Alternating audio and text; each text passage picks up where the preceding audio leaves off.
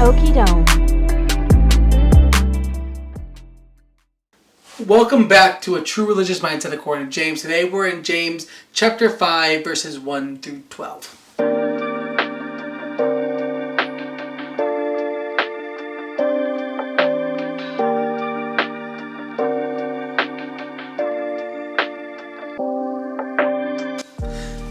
Come now, you rich, weep and howl for the misery that are coming upon you. Your riches have rotted, and your garments are moth-eaten. Your gold and silver have corroded, and their corrosion will be evident against you, and you will eat your flesh like fire. You have laid up treasures in the last days. Behold, the wages of the laborers who mowed your field, which you kept back by fraud, are crying out against you, and the cries of the harvest have reached the ears of the Lord of hosts. You have lived on the earth in luxury, and it is self-indulgent. You have flattered your hearts in a day of slaughter. You have condemned and murdered the righteous person. He does not resist you. Be patient, therefore, brothers, until the coming of the Lord. See how the farmer waits for the precious fruits of the earth, being patient about it until it's received the early and the late rains. You also be patient. Establish your heart, for the coming of the Lord is at hand. Do not grumble against one another, brothers, so that you may not be judged. Behold, the judge is standing at the door.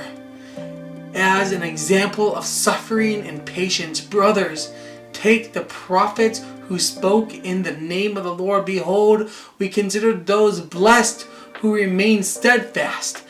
You have heard the steadfastness of Job,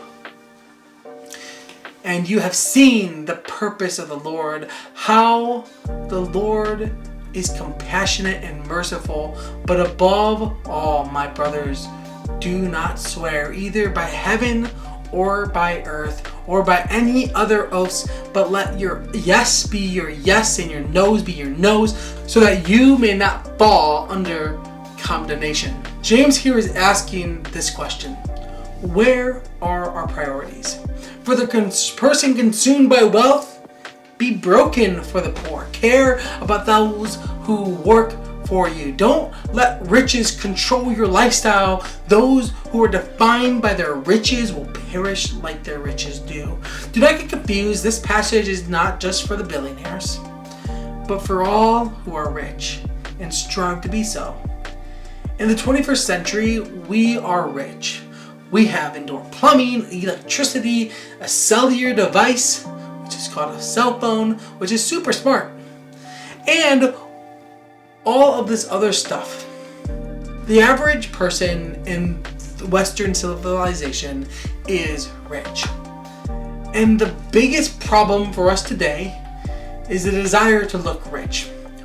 This mindset of the middle class. We want our houses to look good. We want our new car in the driveway. We want that new tech in our hand.